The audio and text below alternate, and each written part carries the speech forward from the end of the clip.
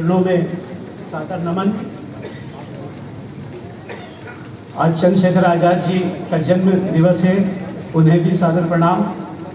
क्योंकि अवसर ये जब होता है इन दिनों को याद करने का, और हमारे कई नौजवान इनसे परिचित नहीं होते हैं, तो ये मंच उन्हें उनसे रूबरू करा के उनको याद दिलाने का एक मौका देता है। और ये कहा है कि प्रेरणा शहीदों से हम अगर नहीं लेंगे, आज़ादी ढलती हुई सांझ हो जाएगी। यदि वीरों की पूजा हम नहीं करेंगे तो सच मानो वीरता बाँझ हो जाएगी।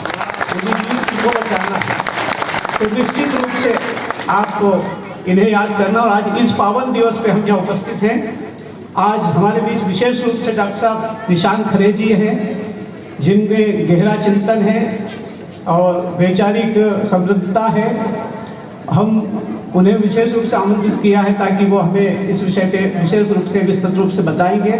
चूँकि मुझे अध्यक्षीय दायित्व का निर्वहन करना है, तो सबसे पहले मैं आयोजन समिति के अध्यक्ष और सारी समिति को बधाई देता हूं कि उन्होंने इस कार्यक्रम को एक समय सीमा में बांधने की कोशिश की। उन्होंने इस समय में कि इस समय ये होगा 8 बजे से कार्यक्रम होगा, क्योंकि समय की पाबंदी ही आपकी सफलता है। अगर आपको समृद्धता का विकास करना है, देश का विकास करना है, तो समय को पहचानना होगा। लेकिन दुर्भाग्य ये है कि हम खुद अपना उपहास उड़ाने में लगे हुए हैं। भारतीयों को कोई दूसरा नहीं हरा सकता और न दूसरा मिटा सकता है। भारतीयों को सिर्फ भारतीय ही हरा सकता है। तो उसका उदाहरण ये है कि अभी यहाँ कार्यक्रम हुआ है, मैं समझता हूँ बहुत कुछ समय पे है, लेकिन अधिकांश कार्यक्रम में जब आप बात करते हैं और कहा जाता है कि मोहन गार्डन में 8 बजे कार्यक्रम है, तो बोले 8:30-9 बजे तक चलेंगे। भाई कार्ड में 8 बजे का टाइम दिया है, बोले दिया होगा भाई, कोई अंग्रेजी टाइम से काम थोड़ी होगा, इसे इंडियन टाइम। हम खुद हमारी भारतीयता का उपहास उड़ा रहे हैं। मतलब ये हमने सिद्ध कर दिया है कि अंग्रेज सही करते हैं, हम गलत करते हैं। हमारे पुराण, हमारे संत महात्मा जो मुहूर्त निकालते हैं, आपके को तिथि घड़ी पल से है, लेकिन आप उसे भूल गए हैं। आपने कहा अंग्रेजी टाइम नहीं है, इंडियन टाइम। इंडियन टाइम वो है जो हर पल हर घड़ी से चलता है। तो आज आप कुछ देर से ही आए हैं, लेकिन मैं समझता हूँ कि बिगड़ी मिठाई को सुधारने में थोड़ा समय लगता है। धीरे धीरे हो सकता है कि हम इस परंपरा को आगे बढ़ाएं और समय पे आने की, क्योंकि वक्त को जिसने नहीं समझा उसे मिटना पड़ा है, और बच गया तलवार से तो फूल से कटना पड़ा है। क्यों न कितनी ही बड़ी हो, क्यों न कितनी ही कठिन हो, हर नदी की राह से चट्टान को हटना पड़ा है। तो यदि आप वक्त पे आएंगे, वक्त पे चलेंगे।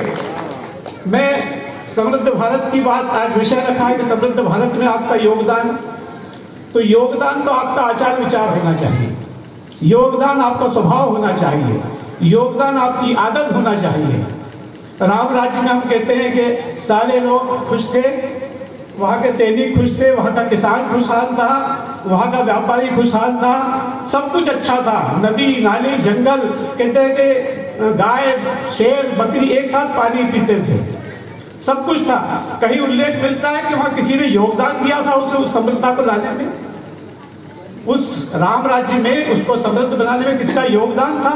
योगदान नहीं था, वो उनका स्वभाव था, उनका आचरण था। जैसे मछली पानी को साफ करती है, जैसे केचुआ जमीन को उपजाऊ बना के एक धरती को उपजाऊ बना देता है, या मधुमक्खी शहद दे के आपके आरोग्य को में महत्ता करती है, या आपके गाय भैंस हमें दूध दे के हमारे समाज को समृद्ध करते हैं, या मैं कहूँ कि कुत्ता तक आपकी सेना में, घोड़ा, ये सब मदद करते हैं, लेकिन उन्हें एहसास नहीं कि उनके स्वभाव में है।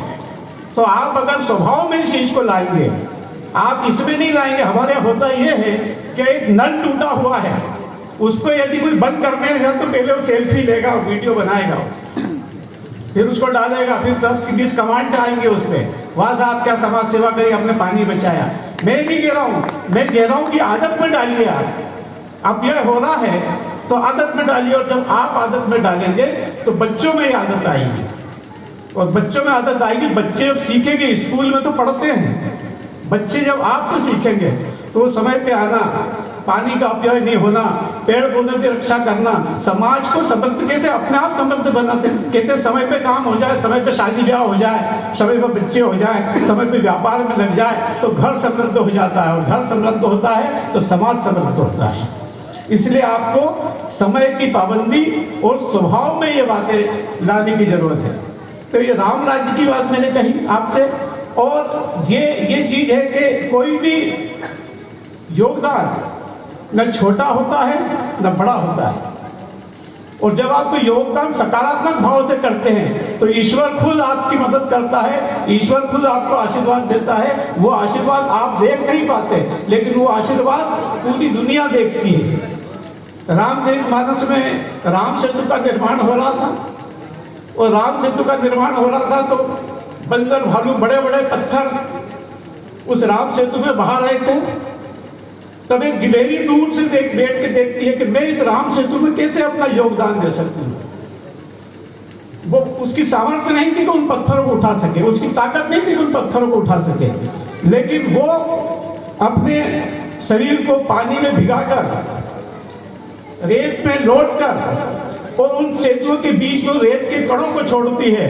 अब आप उपहास उड़ाएंगे कि उन रेत के कणों से सेतु के निर्माण में क्या योगदान है, लेकिन भगवान श्री राम ने प्रसन्न होकर, उसकी सकारात्मक भावना से प्रसन्न होकर उसके ऊपर स्नेह का, ममता का हाथ रखा, और कहते हैं कि गिलहरी के ऊपर जो धारियां हैं वो धारियां भगवान राम के स्नेह का चिन्ह है। वो उसको, गिलहरी को चिन्ह नहीं दिखते, लेकिन दुनिया वो चिन्ह देखती है कि भगवान राम ने इसकी इस कारण से इसके सिर पे हाथ रखा। आप जरा सी चीज को आज ये उसका लाभ लेना चाहते हैं कि बहुमान करें, सम्मान करें, मेरा ये करें। मैं यही कह रहा हूँ कि हनुमान जी लंका में लंका दहन कराए, सीता का पता कराए, और जब उनका स्वागत सम्मान करने लोग करे तो आपने गजब कर दिया, तो उन्होंने कहा ये काम मैंने नहीं किया। तब वो वहाँ सम्मान का भूखा नहीं होता आदमी, जब आप सम्मान से परे होकर के और समाज सेवा में सीधे सीधे जुड़ेंगे तो निश्चित रूप से कि समाज समृद्धशाली होने से कोई नहीं रोक सकता। आज इस गरिमामय कार्यक्रम में आप सब पधारे हैं। मैं चाहूँगा कि आप सब अपने आचरण में, अपने व्यवहार में, अपनी आदतों में, विचारों में इस चीज को लाएं, तो निश्चित रूप से समाज बहुत समृद्ध होगा। और इसकी विस्तृत जानकारी और इसके विषय में हम विशेष रूप से जिन्हें सुनने को आतुर हैं, डॉक्टर निशांत खरे जी आए हैं, वो जब अपने उद्बोधन देंगे तो सारी बातें बताएंगे। मैं मेरे अल्प ज्ञान से, मेरी अपनी समझ से कुछ कहने का प्रयास किया है, आपने इसे सुना, मैं बहुत आभारी हूँ और पुनः आयोजक समिति को धन्यवाद देता हूँ। बहुत बहुत धन्यवाद।